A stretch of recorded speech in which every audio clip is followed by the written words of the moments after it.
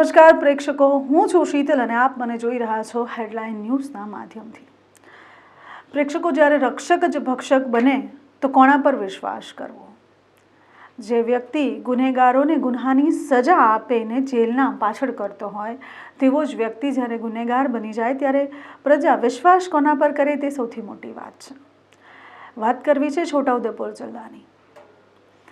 એક 25 થી 27 વર્ષની ઉંમરની મહિલાની લાશ જંગલમાંથી મળી આવી।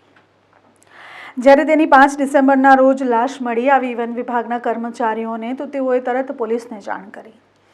જાણ કરતાં ટૂંક જ સમયમાં ખબર પડી કે તે જે લાશ છે તે પોલીસમાં ફરજ બજાવતા એએસઆઈ વરસન ભૂરા રાઠવાની પત્ની છે। હવે વિચાર એમ આવ્યો કે પોલીસ કર્મીની પત્નીની હત્યા કોઈ કેવી રીતે કરી શકે? અને મહિલાના શરીર ઉપર 1-2 નહીં પણ 25 થી 30, આમ જોવા જઈએ તો 33 જેટલા ચપ્પુના ઘા હતા। તો તેની આ ક્રૂર હત્યા કઈ રીતે થઈ હશે? જે મૃતક છે તેઓનું નામ છે કાળીબેન।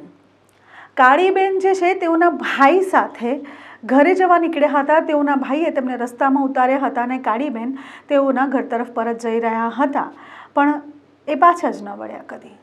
તેમના ભાઈઓએ તપાસ કરી અને પોલીસમાં ફરિયાદ લખાવી।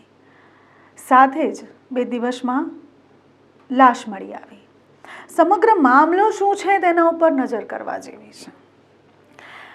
વધતા જઈ રહેલા પ્રેમ પ્રકરણ હવે જીવ લઈ રહ્યા છે। લગ્ન પછી પ્રેમ પ્રકરણ હોવું, પતિ કે પત્નીને જાણ થવી અને જાણ થયા બાદ કોઈ પણ વ્યક્તિ બીજાની નિર્મમ હત્યા કરી નાખે તેવા કિસ્સાઓ અત્યારે ખૂબ જ બની રહ્યા છે। જ્યારે પણ આપણે અખબારના પાના પલટતા હોઈએ છીએ ત્યારે 2-3 પાને 2 ન્યૂઝ તો એવી હોય જ છે કે પતિએ તેની પત્નીની હત્યા કરી નાખી, પત્ની તેના પ્રેમી સાથે ભાગી ગઈ, પત્નીએ આ કાર્ય કર્યું, આ કૃત્ય કર્યું। આ બધી કાર્ય જે છે દિવસે દિવસે વધતા જઈ રહ્યા છે અને છોટાઉદેપુરમાં પણ એક આ જ કિસ્સો બન્યો છે। વરસનભાઈ ભૂરાભાઈ રાઠવા જે છે તેઓનું ટીઆરબીમાં ફરજ બજાવતી તારાબેન સાથે પ્રેમ પ્રકરણ 1 વર્ષથી ચાલી રહ્યું હતું। તેઓ ઘરે પણ જતા હતા। જી હા, તેઓ જે છે તે કાળીબેન અને વરસનભાઈના ઘરે પણ જતા હતા, જે કાળીબેનને પસંદ ન હતું। ઘરમાં આ બાબતે લઈને ઝઘડા થવા લાગ્યા અને સાથે મારપીટ પણ થવા લાગી।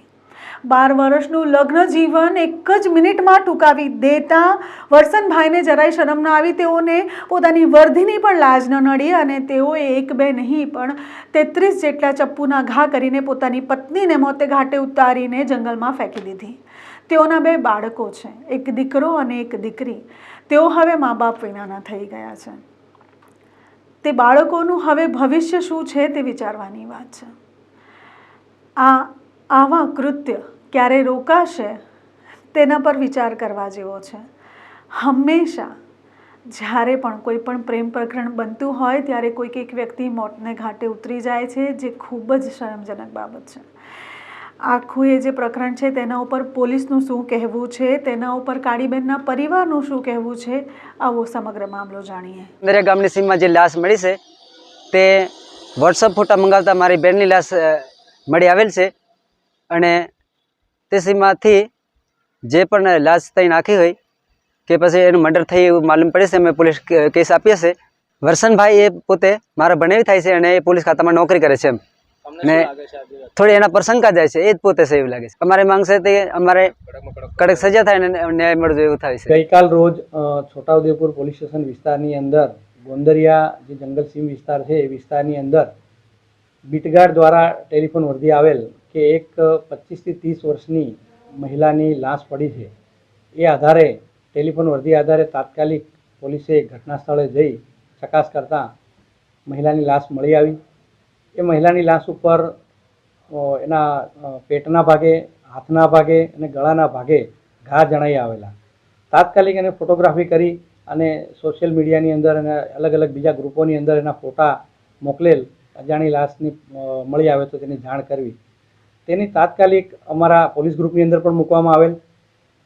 તરત ખબર પડતા કે એક હેડક્વાર્ટરમાં ફરજ બજાવતા વરસનભાઈ ભૂરાભાઈ રાઠવા કે જેમની વાઈફની લાશ છે, તેઓ એક જણાવ્યું કે મારી વાઈફની લાશ છે। તપાસ કરતા એમને બોલાવતા અને એમને પૂછતા કે આ રાત્રે ક્યાં હતી તમારી વાઈફ, એ બાબતે એને સમગ્ર ઘટના બતાવતા પોતે એમના શાળાને, જે આ કામના ફરિયાદી છે વેરસિંહભાઈ સેવલાભાઈ જાતે રાઠવા, ગામ છે નકામલી, એમના શાળા સાથે પ્રથમ ટેલિફોનિક વાતચીત થયેલી અને એ દરમિયાન તેમને કે પોતે એની પત્નીનું મર્ડર કરેલું છે એવી કબૂલાત કરેલા આધારે ગઈકાલ રોજ છોટાઉદેપુર પોલીસ સ્ટેશનમાં ઇપિકો કલમ 302 મુજબ ફરિયાદ નોંધવામાં આવી છે અને હાલ એની તપાસ ચાલુ છે. કારણોની અંદર એવું છે કે અહીંયા એક TRBમાં એક છોકરી તારાબેન કરીને ફરજ બજાવે છે, એની સાથે છેલ્લા 1 વર્ષથી એને પ્રેમ સંબંધ છે. એના કારણે એને એની પત્નીને મારી હત્યા, એના ઘા એવું છે, એમાં લગભગ 20 થી 25 જેવા ઘા માર્યા છે અને ચપ્પુ દ્વારા એના ઘા કરવામાં આવેલા.